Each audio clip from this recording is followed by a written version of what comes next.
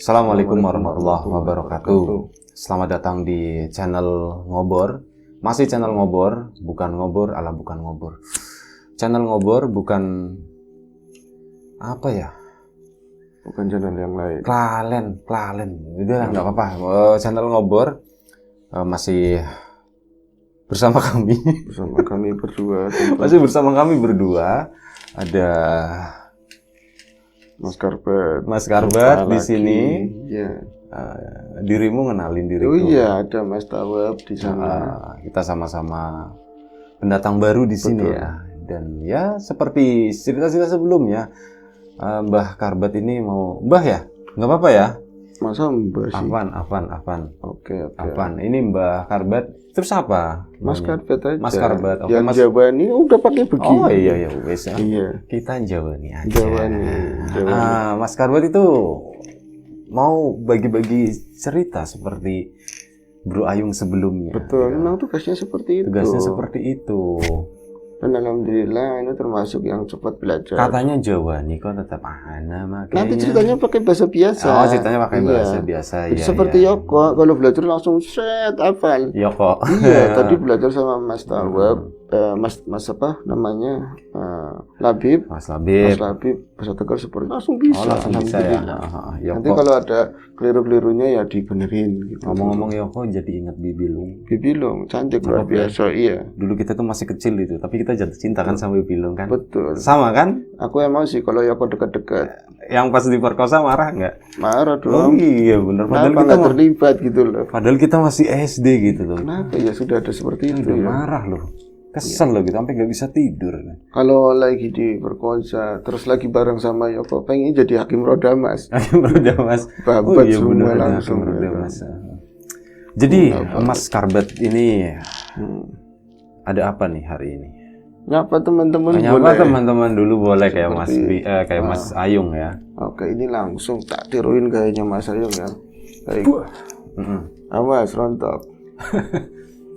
Tak nyapa kawan-kawan teman-teman seperti biasa. Assalamualaikum warahmatullahi wabarakatuh. Waalaikumsalam. Ribet banget. Ribet. Bismillahirrahmanirrahim. Apa kabar kawan-kawan Ngobor semua? Udah pantas? Kayak Nafa Urbah. Nafa Urbah. Rambutnya begini kan dulu. Nafa. Almarhumah. Nafa Oh iya Nafa Urbah. Bukan Nika Ardila. Nika Ardila. Tapi dari sini kayak Nika Ardila. Dari depan kayak Nafa Urbah. Dari belakang. Allahu Akbar. Baik.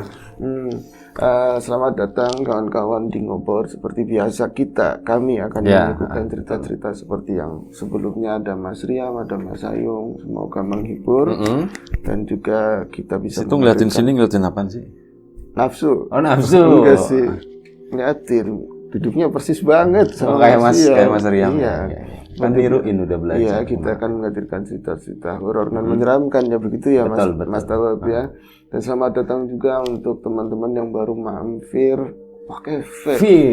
mampir di channel ini. Semoga betah dan semoga menghibur. Amin. Baiklah, ini ada sebuah kisah tentu. Benar kan seperti itu? Bener. Iya, sama kan? Banget. Sialan. Iya. Sama ya. Belajarnya sobat. Benar. Ada sebuah kisah tentu. Kisah ini datangnya dari Mbak Dewi. Mbak Dewi. Monggo Mbak Dewi. 2 tahun lalu. Jadi Mbak Dewi mengisahkan pengalaman horor yang dialami oleh Mbak Dewi sendiri dan juga sepupunya Mas Tawab, yaitu sepupunya yang namanya Mbak Retno. Sebenarnya kalau misalnya ini ya umuran masih tuan Mbak Dewi 2 tahun, tapi pernahnya itu Yayu Mbak Retno karena anaknya Bude. Mbak Retno itu anaknya Bude. Jadi mereka itu tinggal di sebuah perumahan menengah, bisa dibilang begitu ya, di kawasan di tengah-tengah laut, di kawasan Semarang Utara kan laut sana. Oh iya benar. Iya, di sana di kawasan Semarang Utara. Mereka orang tuanya daerah Kalibanteng ya. Mungkin daerah sana. Daerah Marina. Malah aku nggak hafal. Aneh orang Semarang aslinya. Oh aslinya Allah Akbar. Pantas di bandara kan turun di Semarang. Kayak mirip-mirip kayak antum. Ada di sana. Mirip tapi begini. dipotongin rambutnya, ya kan? Begini. Iya, atas sampai tinggi banget. Langsung ke cerita lagi ya. Cerita lagi. mereka itu tinggal di sebuah perumahan tadi ya, bersampingan rumah, cuman kan rumahnya agak gedean. Terus ini ya, kalau misalnya si siapa dulu itu miring, kok bisa begitu sih? Miring banget. Kira ini motongnya kurang beres ini. Motongnya kurang beres. Tadinya lebat banget. Itu palsu asli? Asli ya? Ini asli tapi asli palsu aspal. Iya. Kalau pas lagi datang dari sana kan rapat, nggak kelihatan mulut. Iya. Terlalu seram, susah makanya. Gimana tadi ceritanya sampai mana? Iya. Nah terus ini kan mereka itu tinggal berdampingan rumah. Mbak Dewi sama Mbak Retno. Gitu. Cuman Mbak Retno itu keponakannya Mbak Dewi. Iya. Iya, cuman usianya lebih tua Mbak Retno. Atau kebalik? Sepupu. Oh, sepupu. Tapi pernahnya tuaan ini Mbak Retno. Oke. Nah Mbak Dewi kan yang cerita sama aku. Jadi begini Mas ya, sebenarnya aku sering iri loh sama Mbak Retno. Iri kenapa? Ya kan kalau suamiku kan bisnisnya sering keluar bukan keluar kampung ya, keluar kota. Sering ditinggal-tinggal, kadang seminggu, kadang sebulan, 2 minggu kayak gitu, sepi. Anakku udah 2. Kalau Mbak Retno ngeliatinnya bahagia banget. Bahagia di sisi mananya Mbak? Saya bilang begitu. Nah, yang ketemu suaminya itu setiap hari. Kalau berangkat agak siangan, kadang-kadang aku sembari jemur, ngeliatin, ya Allah, mesra banget mereka, suaminya ganteng, apalagi Mbak Retno dari kecil, cucunya Simba itu yang paling cantik dia, molek begitu ya, dapat suami Mas Ardi juga ganteng seperti itu, pagi-pagi ngopi, sembari bercandaan gitu ya, nanti sore udah pulang lagi, kadang-kadang pulang malam, tapi kan ketunggon katanya, ketunggon apa sih? Ketunggon nggak tahu. Karena antum kan orang Semarang. Pura-puranya. Oh iya, sepertinya ketunggon itu selalu ada begitu loh. Kalau suaminya Mbak si ini kan enggak. Kalau suaminya Mbak Dewi itu sering-sering keluar kayak gitu ya. Nah, suatu hari Mas, ya saya tadi iri kok bisa seperti itu. Tapi ya rezeki, alhamdulillah suami saya masih kerja, walaupun sering di luar kota. Tak amini itu semua. Yang penting nggak selingkuh. Yang penting masih setia sama saya, sama anak-anak begitu. Anak-anak bisa bertumbuh dengan baik. Saya sibukin diri kalau suami belum pulang. Total dia ibu rumah tangga sibuk. Ini mau merambah online tapi ribet lah pokoknya. Nah, suatu ketika suami itu ada bukan proyek, ada kerjaan di daerah Pangandaran. Pangandaran mana sih? Ciamis ya. Jawa Barat sana. Oh ya, Jawa Barat. Nah, suami minta mohon sama aku suruh nemenin dia. Nggak lama Mas, paling 4 bulanan. Oh, ikut Mbak Retno itu ke sana. Mbak Dewi ya? Mbak Dewi ikut ke Ciamis, ikut ke Ciamis sana. Berat sebenarnya karena ini horor ya? Horor, iya bener horor. Akhirnya ikut ke sana Mbak Dewi dengan berat hati. Anaknya kan ada yang 4 tahun, 4 tahun, kelas 4 SD, sama kelas 2 SMP, dititipin sama Mbah. Berarti mbahnya suami, dari jalur suami gitu. Kan masih orang sana juga sekarang. Nah, kalau orang mbahnya aku kan diuleri jauh, kayak gitu kan. Nah, akhirnya aku sendiri yaitu berangkat ke sana sama suami, tak titipin, ya nemenin suami lah di sana, banyak ketemuan sama koleganya, terus seperti di sini nyiapin persiapan suami kayak gitu. Suatu malam itu hampir mau pulang, minggu-minggu terakhir mau pulang, aku masih ingat Mas, waktu itu malam Selasa Kliwon, nggak tahu di keluarga aku tuh kalau Selasa Kliwon kayak sesuatu gitu loh, sesuatu yang berarti, sesuatu yang serem. Aku sih lihatnya serem gitu katanya. Makanya sore itu tadinya malas-malasan, misalnya mandi, mepet-mepet maghrib, itu ada asar langsung mandi, beresin rumahnya. Ada sesuatu yang beda gitu. Ada yang beda kayak gitu.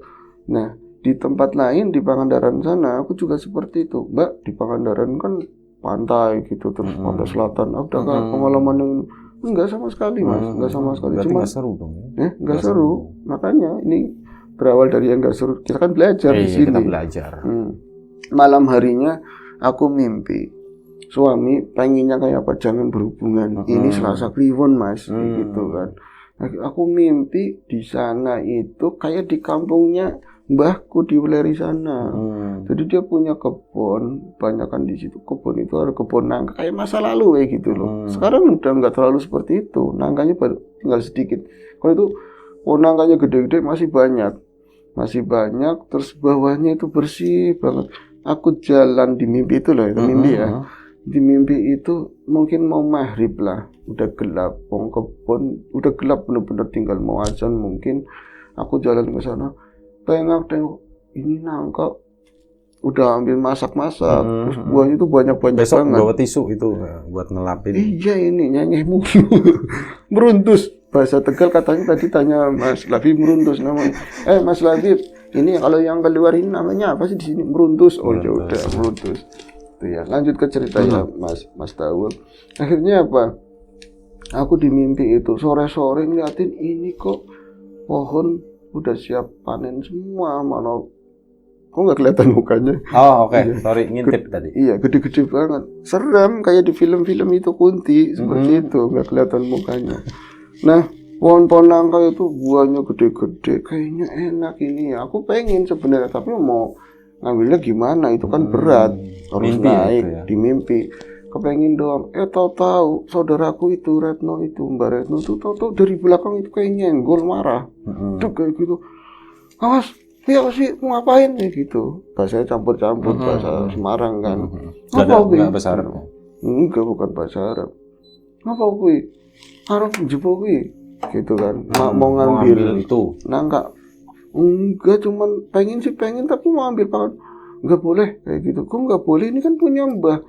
Pokoknya ini milikku. Dia langsung kayak nyikap mandok pohon nangka yang agak bukan enggak gede sih, tapi buahnya itu paling lebat. Tapi buat Dewi rada nyengirnya, buat Dewi rada nyengirnya, ini Retno nggak boleh ngambil pohon buah nangka yang dipeluk, terutama yang ini. Tapi kalau dilihat itu kan nggak terlalu tinggi. Dan ada di sore seperti itu masih kelihatan kuning. Ini kalau misalnya lancip-lancipnya ada karena memang udah matang sih. Tapi bentuknya kayak Mas Rian. Betul, mirip banget, heran anak. Terus banyak kan busuk semua, Bi. Nangkanya busuk semua. Nangka busuk kok di aku gitu. Yang lain bener. Kalau nangka busuk kok dipeluk begini, boleh. Nggak sampai situ. Terus kayak monyet, Mas, ngapunten nih ngomong aku. Kayak monyet gimana? Jadi perempuan badannya kan dulu memang langsing banget lah, indah banget. Kalau sekarang kan anaknya juga udah 2, jadi udah gede badannya. Naik itu bisa kayak tep. Maksudnya naiknya tuh cepet kayak monyet. Cepet banget kayak monyet. Cuman nggak ada suaranya ya Mbak? Nggak ada sih Mas, suara-suara sore aja. Hewan-hewan kebun lah. Naik ke atas, dipotek begini jatuh. Ini sih kan jatuh bek, namanya busuk ya. Langsung belah begini, belatungnya itu banyak banget. Baru tuh turun, ajan jaluk kayak gitu. Jangan minta sama beda itu. Siapa yang mau minta nangka begitu? Dimakan depan saya. Si nangka yang busuk itu banyak belatungnya. Saya merinding banget ngeliat belatung aja kayak apa. Itu mungkin ulet buah kali ya, bukan belatung kali ya. Iya ulet buah nangka. Itu kan uket-uket. Iya mirip belatung, mirip belatung. Itu ulet buah. Iya ulet buah. Itu ada ulet buahnya itu. Mana? Di sini. Enak gurih, vitamin, asin-asin gimana gitu. Iya, terus proteinnya banyak. Terus dia kan ngeri ngeliatin kayak gitu kan. Ya Allah, Retno kok begitu Mbak Retno kayak gitu, sampai ngomongin nggak Mbak lagi. No, itu bukan Tono ya Bi. No, itu kok dimakanin banyak kulitnya, kamu gimana, gila ya kamu, gila. Kok edan lebih ya digituin kan. Enak gini, kamu jangan sembarangan. Kalau mau minta, sono ngambil sendiri, tapi jangan pohon ini, katanya kayak gitu.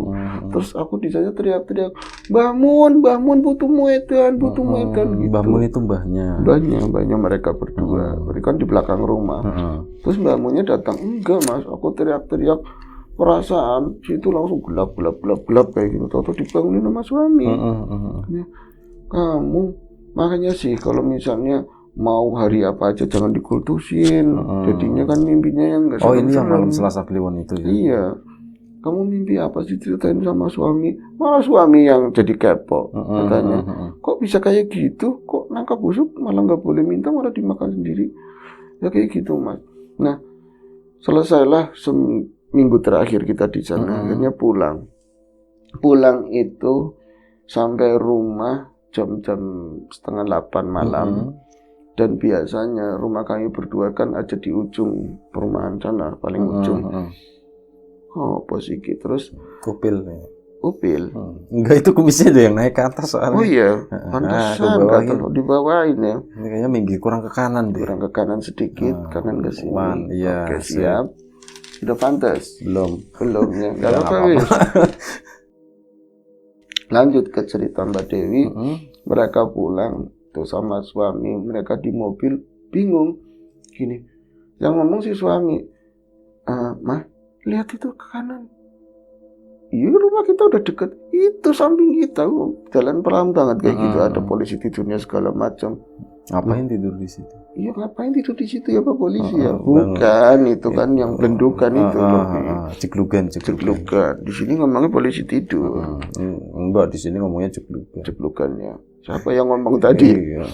Terus akhirnya, oh iya, kok rumahnya Mbak Rento kok gelap kayak gitu, Bi? Jadi rumah itu biasanya itu yang di depan terang, terang tetap nggak dimatiin meskipun kalau malam kayak gitu kan ada yang lampunya sering dimatiin juga ada, itu enggak. Rumah kami itu dua-duanya terang semua. Rumahnya dua berarti ya? Iya, maksudnya rumahnya Dewi sama Retno.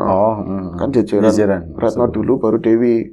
Rumahnya gelap, tapi pintunya itu ada gerbangnya, Bi. Jadi kayak ada habis orang yang keluar atau masuk. Jadi begini, masih goyang-goyang kayak gitu. Bunyi nggak? Bunyi. Kalau bunyi berarti belum dioli.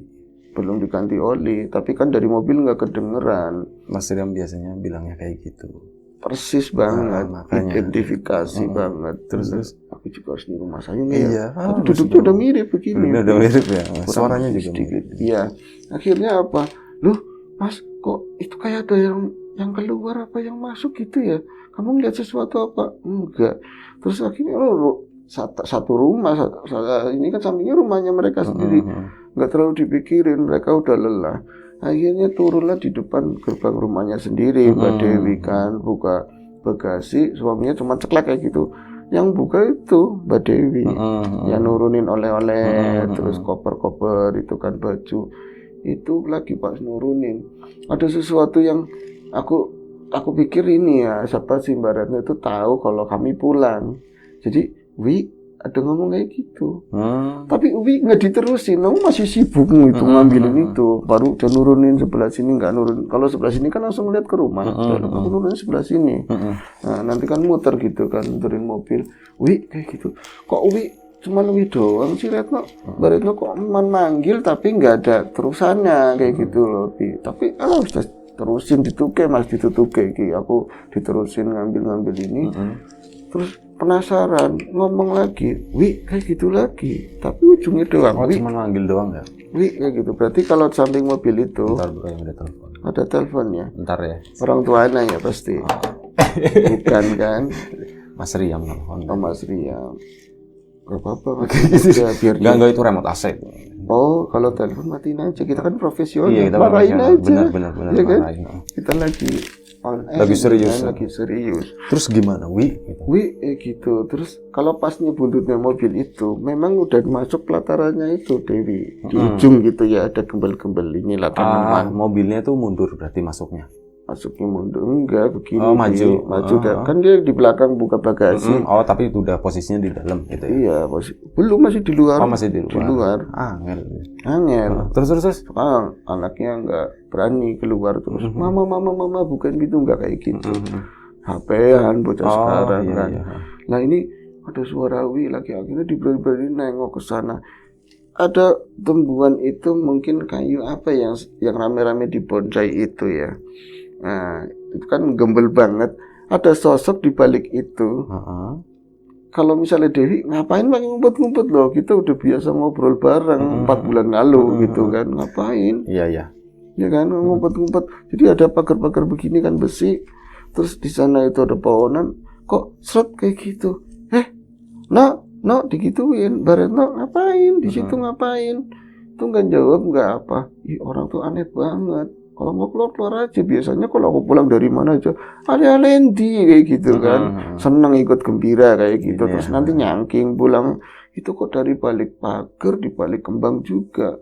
Terus akhirnya dia bungkuk lagi ngambilin. Masa bodoh mikirin. Tapi makin lama ngambil kayak gitu kok tambah merinding. Orang bisnya gang. Ya memang aku paling ujung Mas, tapi orang jualan apa kayak kan biasanya ada. Itu nggak ada sama sekali. Jadi dari sudut sini aku tetap lirik ke sana loh, dari Mbak Retno mau keluar lagi apa enggak. Loh kok putih kayak gitu loh. Loh kok di ujung kembang itu kok kan hitam gitu ya, kembang itu kok putih. Masa putih sih? Jangan-jangan kayak gitu, Bi. Terus dari depan suaminya ngomong, kan dia udah keluar gitu ya, mau nyamperin. Ayo lo Mas, lama amat sih, bantuin sini Pak. Tapi sambil ngeliatin begini, mancingin mata kemari, makin kelihatan dari begini terus Bi. Zret kayak gitu. Si sosok itu yang di belakang gembel-gembel itu. Zet itu kayak wiper ya, ininya mobil ya. Iya benar, goyang tapi lambat kayak gini. Daripada penasaran, tak lihat begitu. Ya Allah, tahu-tahunya baru-baru seumur urip katanya. Lihat apa Mbak? Wih buntelan. Lihat pocong. Jadi sininya wig kayak gitu, kayak ciloba kayak gitu.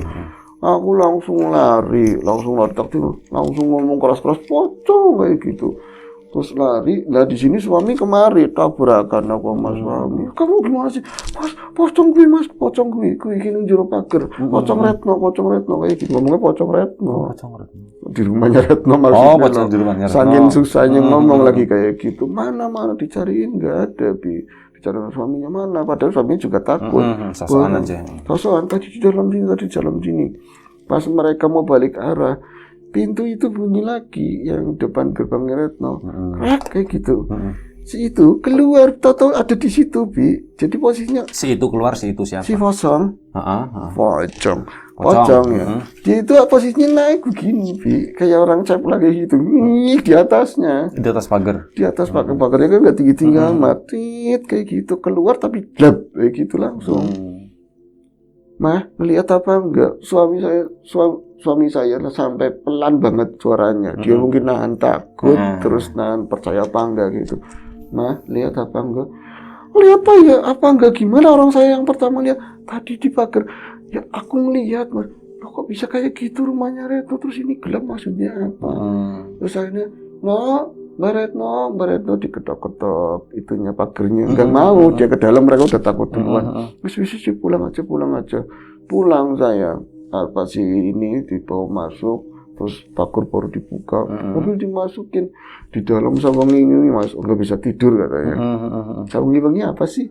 Semalaman. Aku kan pura-puranya nggak. Iya, ngerti. Oh ngerti.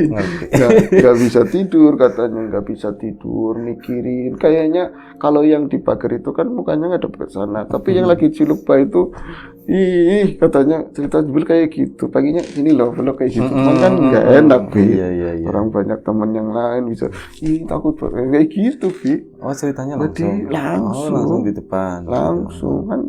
Emang kan, karena kan belum punya harim, tapi itu harim orang. Begini ya, sayang banget. Tuh di sini kan sininya dul. Ampun, astagfirullah. Langsung nyebut anak. Iya. Langsung kan dia ke situ, ngobrol kayak gitu. Terus gimana lagi? Bayangannya mukanya itu loh Mas, mukanya itu kayak protol-protol tapi putih, tapi buluk nih. Jadi ada kayak surat-surat gadel-gadel begini. Matanya nggak ada. Nggak ada gimana, maksudnya melotot apa hitam bolong ke sana jauh kayak gitu.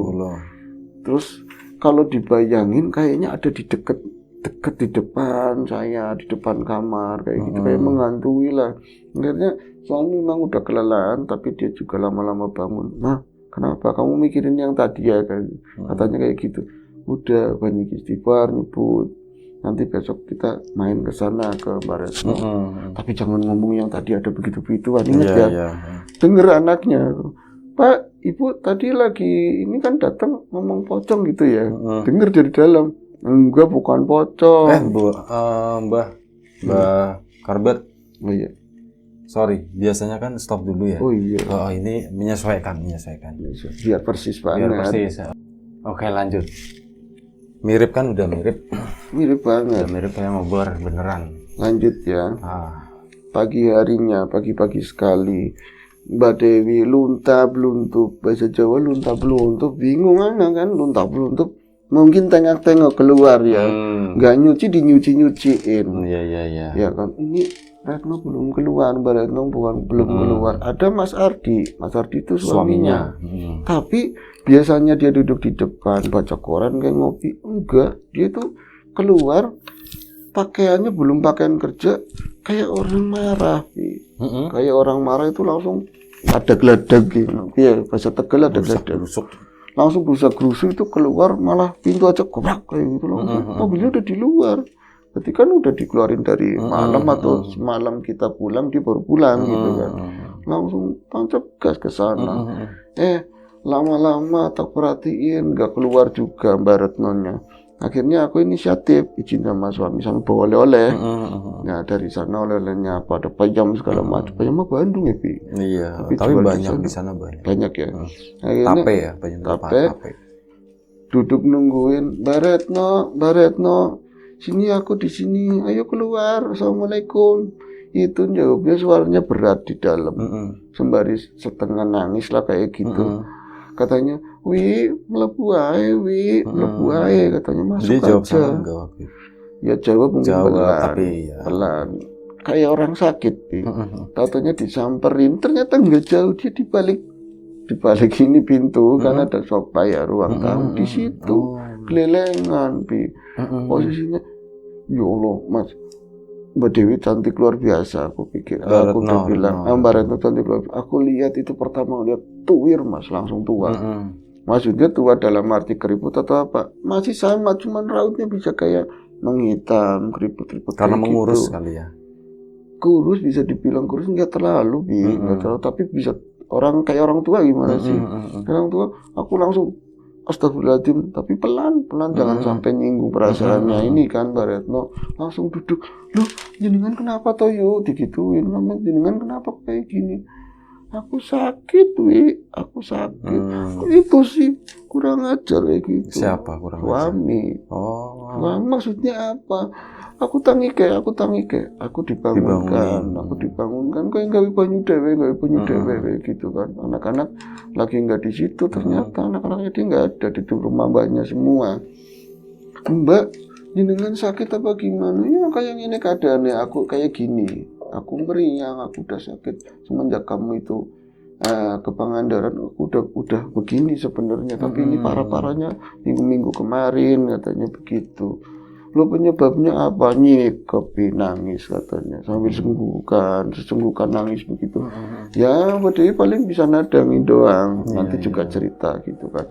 Pas sudah selesai dia numpain semuanya dalam tangisan itu, dia cerita kalau dia itu lagi sewot banget, benci banget kayak gitu loh sama suami yang dia percaya selama ini, ternyata main gila, Berarti gila-gilaan gitu. Gila-gilaan. Pura-pura gila di luar. Gila kelontangan. Kayak lu dong kayak gitu. Apanya? Kayak aku. Aku enggak tuntutan berat ini. Nah, bukan gila-gilaan kayak gitu. Bukan gila-gilaan. Jadi dia main perempuan. Angel lagi ya main perempuan. Bercinta lagi. Iya, ya punya inilah. Ya cem-ceman di luar itu. Pos 2. Iya, ada yang ngomong tetangga atau sapanya lah, pokoknya kalau dia itu ada pos 2, orangnya cantik, janda itu asal Pati katanya. Teman sering ketemu suamiku, wah emosi marah, ternyata kayak gitu. Nah aku kayak gini yang bikin siapa? Ya mesti itu yang bikin aku, biar aku mati, biar aku elek, biar suamiku enggak ini benci sama aku kayak gitu. Jadi didakwa kayak gitu. Tapi cerita ya perempuan siapa yang nggak ikut ngenes kan. Tapi Mbak Dewi dari track recordnya, Mas Ardi itu orang baik dan kerjaannya juga otomotif, di perusahaan otomotif. Kayaknya kalau kolega-kolega maksudnya banyak kan ya di kantor kayak gitu, nggak terlalu kok bisa kayak gini ya. Aku nggak mau langsung nerima apa yang diomongin sama Mbak Retno, cuman pura-pura aja. Iya kan, menghargai ya. Menghargai. Terus agak siangan, ini cemilannya mau dimakan, nanti kalau apa-apa manggil aku aja, jenengan kan nggak ada anak kayak gitu. Ya udah, nanti nyamplong ya kena wis katanya begitu. Jadi pakai batu pagar di sana nggak apa-apa. Ya kalau butuh apa-apa ya. Iya nanti butuh apa-apa. Nanti siang aku kesini lagi. Dia pulang, terus suaminya kan mau berangkat. Gimana mah? angel katanya gitu. Nanti aja wis, suaminya si Dewi, dia langsung ngambil telepon, ngambil HP. Bukan apa-apa, langsung telepon ke Mbah Mun. Mbah Mun di Weleri. Baru assalamualaikum, Mbah Munnya ngomong, nah akhirnya kamu telepon juga, wis tak tungguin, kamu pasti telepon, ngerti Bi. Terus gimana? Yang telepon suaminya ya tadi? Enggak, Ibu Dewi. Mbak Dewi. Dia kan banyak sendiri sih. Aku iki lagi mangkat, ajeng mangkat, aku pan mangkat ke Semarang Bi dari Weleri. Nanti dijemput ya Nduk ya. Mbah maksudnya gimana? Anak sing ora beres, ada yang nggak beres di sana, nanti aku ke situ. Singkat cerita, Bi, dijemputlah Mbah Mun bersama istrinya. Mana istrinya agak sakit-sakitan, walaupun Mbah Mun masih rosak, walaupun udah tuwir begitu. Cuman biasanya dia tuh mampirnya ke Mbak Retno dulu, maunya langsung ke Mbak Dewi. Mbak Dewi bahkan Retno nggak tahu kalau misalnya kakeknya itu datang, langsung ke sana. Terus ngomong, piye harap cerita apa? Mau cerita apa kamu? Lah Simba tumben-tumbenan, katanya kalau disuruh Semarang ada alasan. Ini itulah. Itu macam-macam. Taunya kok malah datang ke sini duluan. Ya kalau ada kayak gini ya Simba kudu turun tangan, katanya begitu. Kamu cerita apa? Saya cerita duluan, katanya gitu. Iya, ada Wigati, makanya penting gitu. Aku kenapa telepon Simba, Mbak Retno begini-begini, ditembak sama orang katanya. Jadi ada yang suka sama Mas Ardi, kayak gitu. Jadi dia itu, aku juga ngeliat sosok ini Mbak Pocong kemarin begini-begini. Diceritain semua. Malah gembuyuk aku, Vi. Malah ketawa. Lu Simba, cucunya begitu kok malah ketawa ketiwi. Dasar, kadang-kadang ini ya. Ini mbahmu yang perempuan. Membanggakan sesuatu dari fisik. Dari dulu, siapa yang paling disayang? Retno katanya. Iya Mbak Retno kan? Iya. Tapi sing paling elek sifatnya siapa? Digituin. Yang paling elek sifatnya ya Retno katanya. Jadi wong gini ya, kalau kamu mau tahu aslinya, Mbak enggak langsung diceritain sama Mbak juga enggak ngeliat. Tapi wong tua ke perasaannya peka. Ini dilihat secara batin katanya dia begitu. Awas ternyata Bi. Itu bukan si Ardi itu nggak punya kayak gituan, nggak punya perempuan kayak gitu. Cuman bocah ini curiganan banget. Tapi memang di kantornya dia itu ada orang kerja baru, Vi. Bocah lulusan kuliah bukan janda. Anak baru ya. Anak baru, tapi ini dia anak soleh. Orang bocahnya aja pakai jilbab. Lo Simba tahu dari mana? Aku kadang-kadang nelpon di Ardi. Jadi dikasih fotonya, ini ada anak buah baru Mbak, alhamdulillah. Jadi bengkel tambah gede kayak gitu. Aku punya gitu teleponnya, bocah jilbab, bocah soleh, waktunya sholat ya sholat. Jadi yang nakal ya putuku dewek. Jadi dia itu malah justru mau ngantem si ini, Bi. Ngantem si tadi. Ya, karyawan barunya berhubung yang dicurigai. Berhubung dia orang taat, orang soleh, balik. Ya kan, ini jadi serem lagi itu mas. Masa Barito kok main gitu-gituan ya gitu loh. Nah, terus Mbah Pocong itu maksudnya apa? Dia ngantem kalau orang-orang udah kalap, emosi kayak gitu ya. Kadang-kadang cuman ngomong, Mbah aku pengen sih ini supaya begini. Nggak tahu panah yang dilontarkan tuh apa. Itu kan kerjaan si dukunnya itu. Nah kadang nggak kena, balik lagi ke dia sendiri. Nah terus piye Mbah? Ya bu caranya aku cuman ngerti tapi nggak bisa ngobatin. Akhirnya kamu coba cari-cari solusi kayak gitu. Jadi nengokin ke sana bareng-bareng. Posisinya Retno itu yang aneh apa Bi? Padahal baru semalam kemarin kan ya, baru kemarin ditembak tambah tua lagi Bi. Tambah tua dan ini mulai mengkerut, tambah kurus kayak gitu. Malah si Mbah Sing Putri kan nangis ngeliatin itu, cuman bisa ya Allah no kamu tambah elek begini ngomong seadanya gitu, tambah elek petau gitu kan kayak gitu. Terus kamu ngelakuin apa? Ayo kamu ngelakuin apa? Tobat sama Gusti Allah. Enggak aja Bi, enggak ngaku. Akhirnya Mbah Mun ngomong, Mbah kayak kamu nggak tahu Mbah siapa, ngomong kamu itu ngelakuin apa. Wong lanang suamimu itu orang baik. Semakin orang laki-laki itu diikat, dia semakin pengen keluar. Laki-laki seperti itu. Kamu suaminya dapat orang baik, di sana dapat karyawan, usahanya tambah gede malah dicurigain. Kamu main dukun kan, digituin. Oh, gombong nangis jaluk ngapura sama mbaknya. Udah ngecewain aku begini. Ngapura sama suamimu kalau pulang ke sini. Siapa tahu jalan pembuka nanti ada bisa jalan buat pengobatan, Bi. Lagi kayak gitu dibacain, Mbak pokoknya aku diobati malam itu, Bi. Malam-malam diomongin sama mbaknya kayak dibacain surat langsung pintu langsung kayak gitu. Dan dari ini gordeng, padahal itu belum malam banget, itu sosok yang pocong itu ada, Bi, kelihatan. Dan bukan cuma satu katanya, wirawiri. Jadi setiap ada sela kayak jendela yang kacanya itu kelihatan tembus keluar, itu ada bareng gitu. Singarane setan kayak gitu, Mas. Aku ngeliat di mana-mana di TV banyak, tapi di situ itu serem banget, kita dikurung di tengah. Itu nyampe mau jam 12-an. Tahu-tahu Mas Adi ternyata udah kontak seseorang yang paham. Itu karyawannya sendiri. Itu bisa diselesaikan sama dia. Saya datang, ini enggak satu tahun panjang sih, udah waktunya dia. Akhirnya bisa diselesaikan itu sama kawannya Mas Adi sendiri. Oke. Dan itu sembuh, alhamdulillah. Sembuh, tapi berangsur lama. Katanya nebus dosanya kayak disik kayak gitu. Iya, ada prosesnya gitu ya. Ada prosesnya. Ya udah jadi penyakit doir sih lama-lama kayak gitu. Diwejangin sama neneknya, kamu itu ayu, tapi nek kerjane mangan turu, terus enggak kerawat diri, lama-lama ya elek. Kalau misalnya untung suamimu orang baik, kalau orang lain bisa ditinggal karena makin lama makin elek. Di luar itu banyak orang cantik gitu. Lihat Simba masih ces kayak gitu, sini kesini gitu. Apa? Baca terpaksa gitu. Itu aja ceritanya. Oke. Terima kasih Bro Ayung udah. Kok Bro Ayung mirip banget ya, karena kebiasaan nonton ngobor. Betul. Siapa sih Mas Karbat? Terima kasih Mas Karbat udah berbagi ceritanya ke kawan-kawan semuanya. Kang Tawab di sini, asik nyebut nama sendiri. Kang Tawab di sini mau pamit undur diri dulu untuk kawan-kawan semuanya. Terima kasih ya Kang Karbat ya. Iya, sama-sama. Mas atau Kang, terserah lah pokoknya pokoknya Kang Karbat.